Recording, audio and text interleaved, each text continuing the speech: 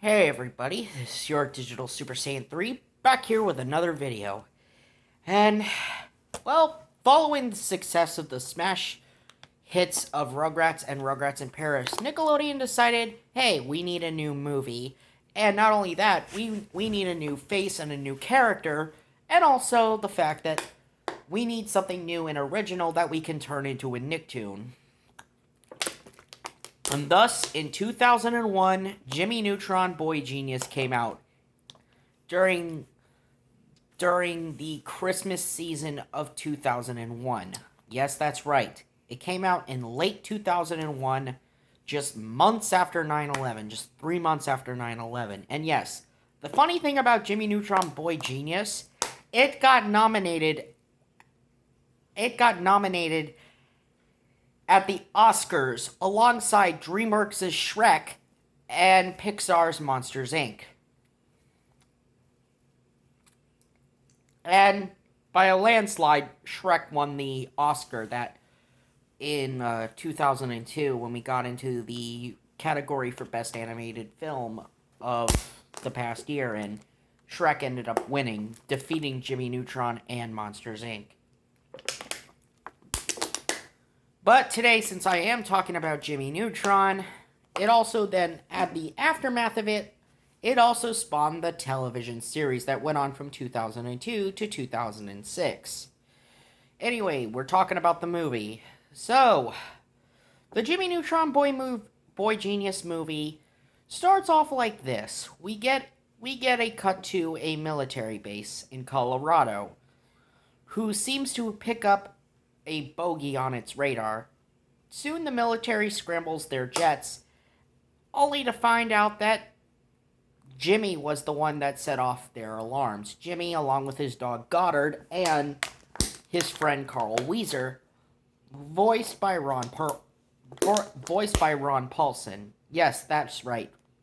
Yakko Warner, and the voice of Yakko Warner and Dr. Scratch and Sniff and Pinky from Pinky and the Brain, and a lot of other notable cartoon roles, was in Jimmy Neutron Boy Genius. And then we meet Jeb, and then, of course, since we're talking about Jimmy, he was voiced by Debbie Dilberry, who would later go on to voice Coco Bandicoot in the Crash Bandicoot video game franchise. Anyway, Jimmy is launching his new homemade satellite into space. And yes, his rocket barely gets past the atmosphere as he is just trying to launch this rocket. And thanks to some quick thinking via his brain blast, which gets referenced later on in the movie, he manages to launch his satellite into space.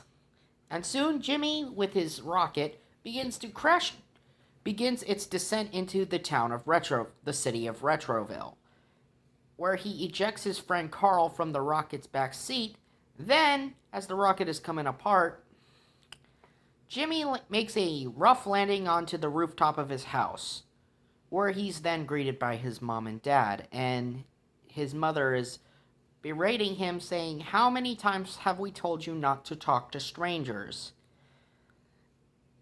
Even if they are an intergalactic species."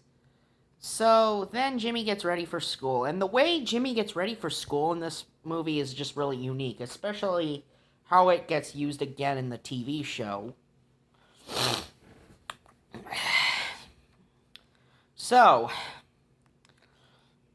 So after all these shenanigans of getting ready, we see Jimmy also give a field test to his newest invention to help him travel to school faster, which is an atomic bubble that he begins to bounce around in.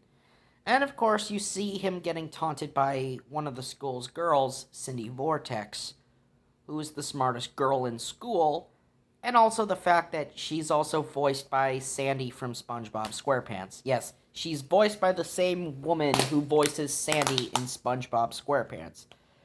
And of course on the bus we also meet her friend Libby, who's just listening to music. Of course, Jimmy, despite his bubble popping, still manages to make it to school with his best friend Carl. And then the class begins showing off the show and tell. And before Jimmy could go up, Nick shows up. Yes, Nick, who is Nick Dean, the self-proclaimed cool kid of Retroville. And I gotta say, one of the biggest flaws of the movie for me, looking back at it, was Nick. I really did not like Nick. I mean, the guy just thinks he's so cool and everyone just eats it up. Man, Nick just really was that one character that just didn't age well for me. When it came to the Jimmy Neutron show, I mean, sure, he got a much minor role in the show, but in the movie especially, he was at his absolute most obnoxious. That, yeah, he's the self-proclaimed cool kid, and yes, we even see Jimmy show off his shrink ray in class, but of course, it sort of malfunctions, and Jimmy inadvertently shrinks his teacher, Miss Fowl, down to the size of an ant. And throughout most of the movie, she is mostly fighting it out with a giant worm that's inside her apple on her desk. So on the walk home, Jimmy and his friends Carl and Sheen discover a poster for the new theme park, Retroland Theme Park, that's opening tonight.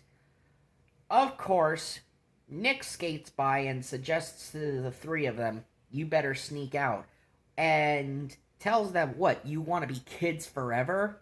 Even though, Nick, you're a kid yourself. Nick, dude, you're a kid yourself. And you want to talk about Jimmy, Carl, and Sheen being kids forever, even though he's technically a kid himself. Of course, Jimmy flies home via his jetpack backpack. And of course, we see Jimmy not only create diamond earrings, but also manages to make a pearl necklace for his mom, and also managed to take some roses. And of course, we see Jimmy checking his progress of his alien satellite. Of course, when Jimmy gives his mom the gifts to give her gifts, he then gets on his hands and knees to ask her if he can go to the grand opening of Retroland theme park. But she said no, it's a school night. And yes, Jimmy's saying all my friends are going to be there, but she still says no. But then when Jimmy is digging around through his backpack, he accidentally hits the switch of his jetpack backpack and causes the jetpack to go out of control, thus almost burning the curtain after getting his head stuck in the wall. Then Jimmy uses Goddard to put out a fire, and of course his mother was still covered in transmission fluid, and she said, "Okay, Jimmy, that's the last straw. You get to your room right now." And Jimmy goes up the stairs of his room. And then, of course, we cut to outer space, where we then meet our antagonist, King Goobot V, as he and his minions, or he and his subjects, find Jimmy's satellite. Oh, and I forgot to mention, King Goobot is voiced by Patrick Stewart. Yes, he is voiced by Professor X. Let me repeat myself. He is voiced by Patrick Stewart. And because Goobot, and also after the fact that Goobot found the satellite, he also spaced the person who brought it to him because he had his because the guy came to his presence unannounced. So, Goobot ordered one of his men to be sentenced to being sent into outer space. And then we meet King Goobot's brother, Ooblar, voiced by Martin Short. Yes, that's right. That Martin Short. He voices Ooblar's brother. So,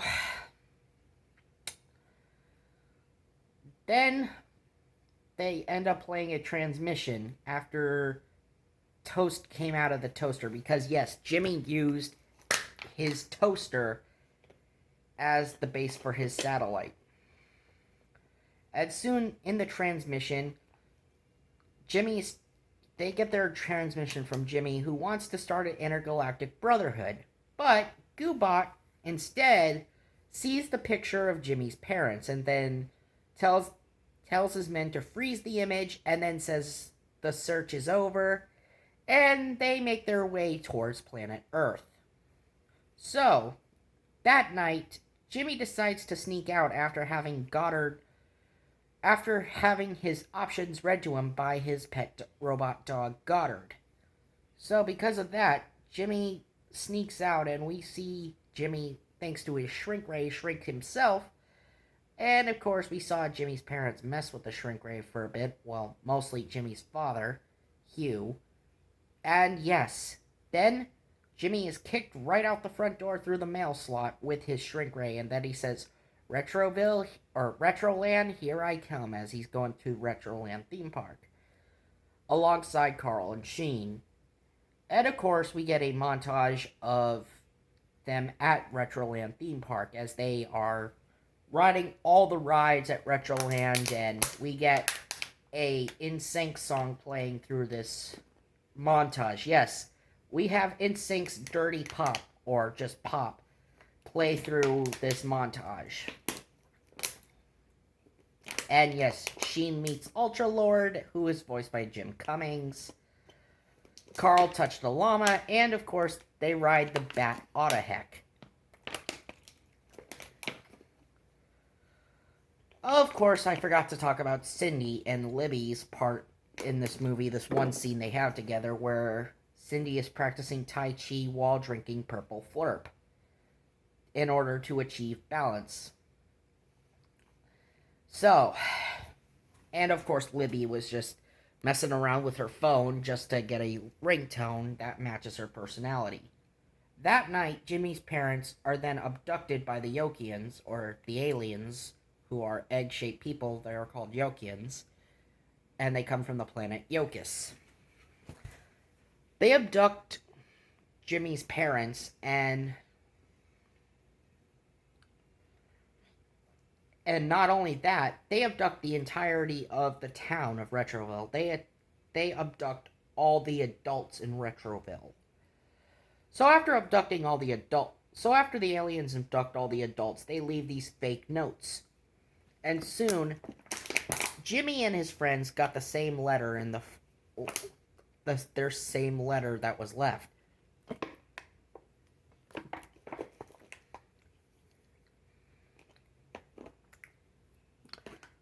And soon so Jimmy and the rest of the kids of Retroville decide we got the whole town to ourselves, so let's party. And we see a montage of Jimmy and his friends and the rest of the kids of Retroville mess around as Blitzkrieg Bop by the Ramones is being played as the montage song, and it was a good choice of music for this. Of course, after their one-day celebration, it all goes to hell in a handbasket, especially when Jimmy and the other kids begin feeling tummy aches, owies, and all sorts of things. And as soon as Jimmy gets back to his house, Goddard plays the recording of his parents that he had stored in his memory bank of his parents saying goodnight to him. But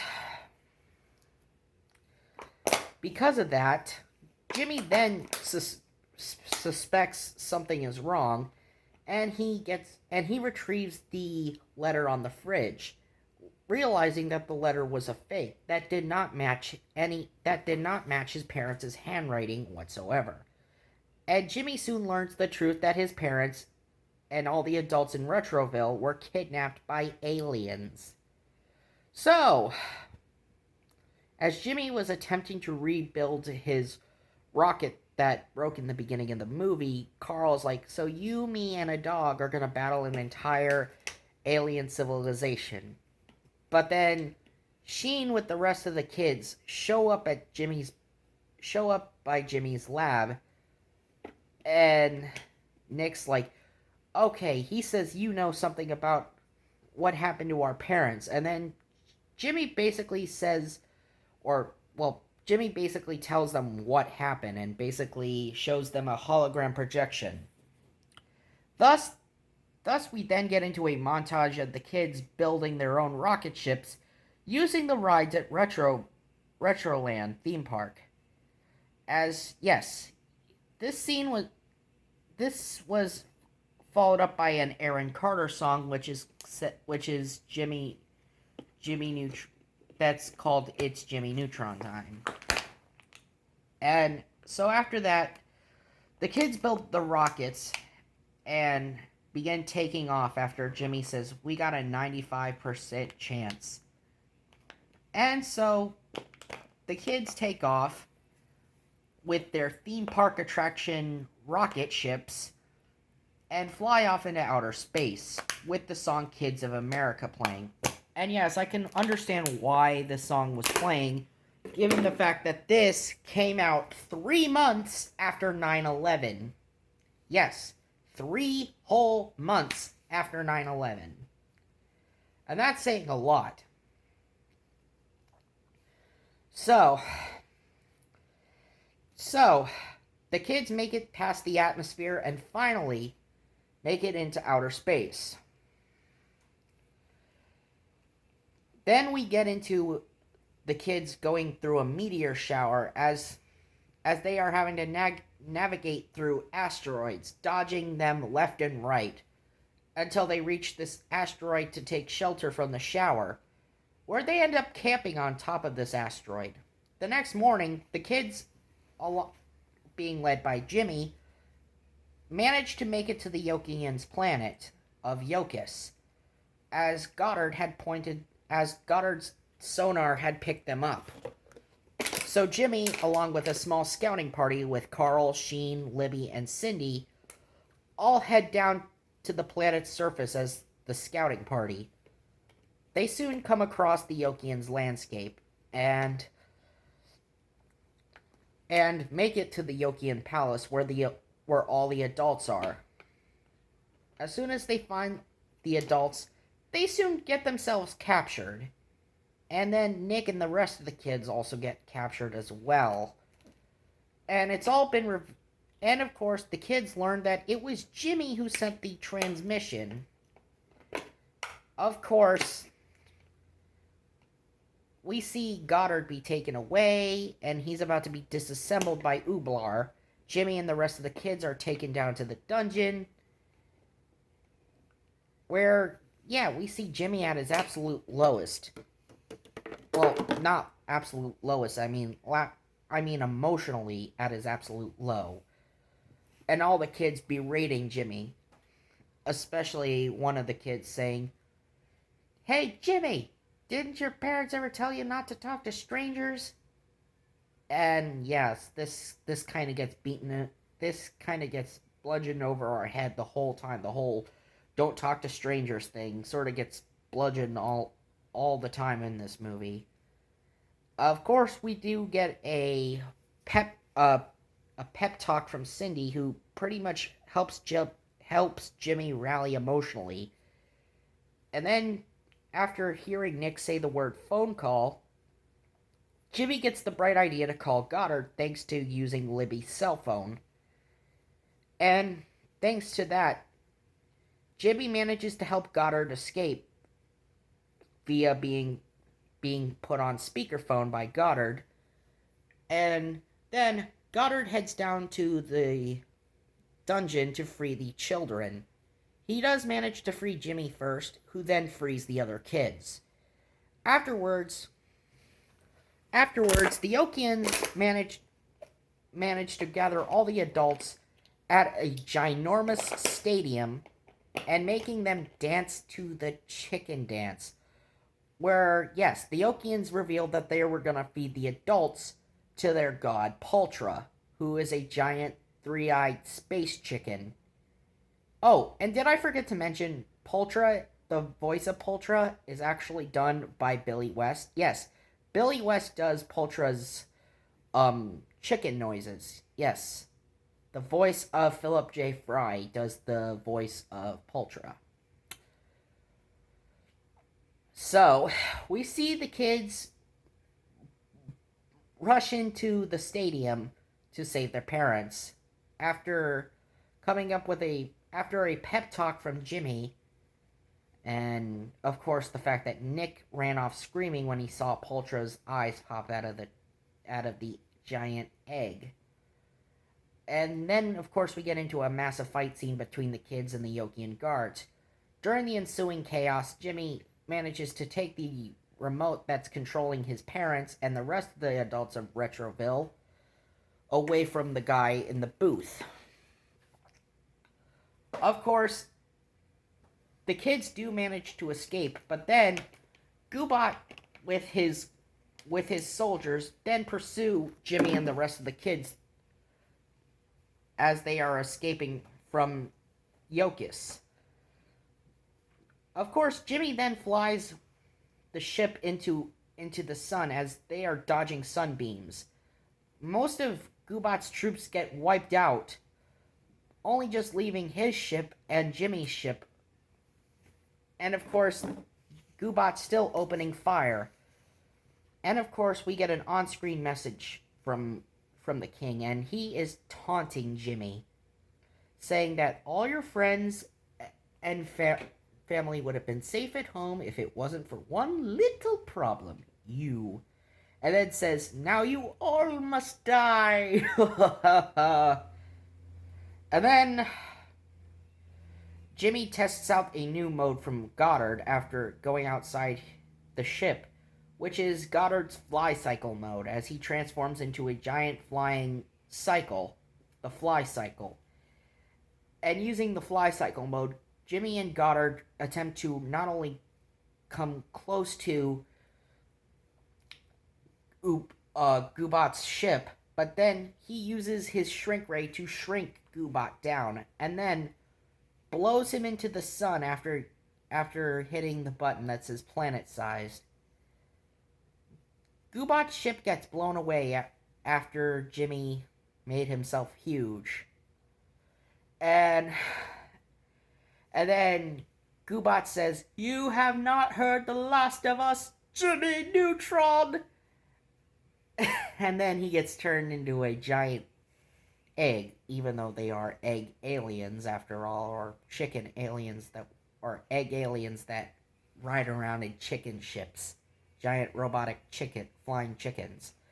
So, we see Ooblar make one last joke, saying, you look better sunny side up, sir, and that's no yoke. And then we see Jimmy and his parents come together in one final scene, and he apologizes to the parents. And we saw all the kids gather around their parents as well. And then, of course, we get to Jimmy and Carl back at Jimmy's house, and Carl's like, ah, freeze! And then Jimmy's like, it's just breakfast, Carl. And Carl's like, oh. And then Jimmy's mother takes his experimental soda and drinks it in one sip, and she begins burping, and both her and Jimmy's father and everyone else begin burping. And then it led into all of them having one final laugh, and then the movie ends. So, Jimmy Neutron, boy genius. Final thoughts? Well, I could say the animation of the movie didn't age well. It was still a good first endeavor for Paramount Pictures and Nickelodeon movies to take with this 3D animated film. I think this film actually was not terrible, but I could say it was a very underrated and very unique classic, to say the least. Sure, it did have its moments, but for the most part, it wasn't too bad. The soundtrack of this film I really love. a lot of the early 2000s pop music, it was definitely a product of its time for the early 2000s.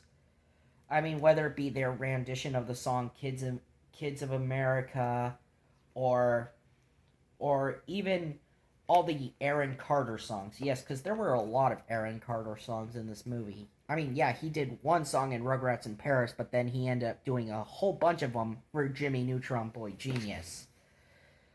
Um, so final thoughts. Like I said, Jimmy Neutron Boy Genius is a very fine movie, to say the least. Do I think it's a perfect movie? Not in the slightest, but I still enjoy it, and I would give it another watch or so. It's watchable. It's not terrible, but it's just on the okay central, as it definitely shows its age, but it's not totally bad. Anyway, this has been your Digital Super Saiyan 3, and next time is the Hey Arnold movie. See ya!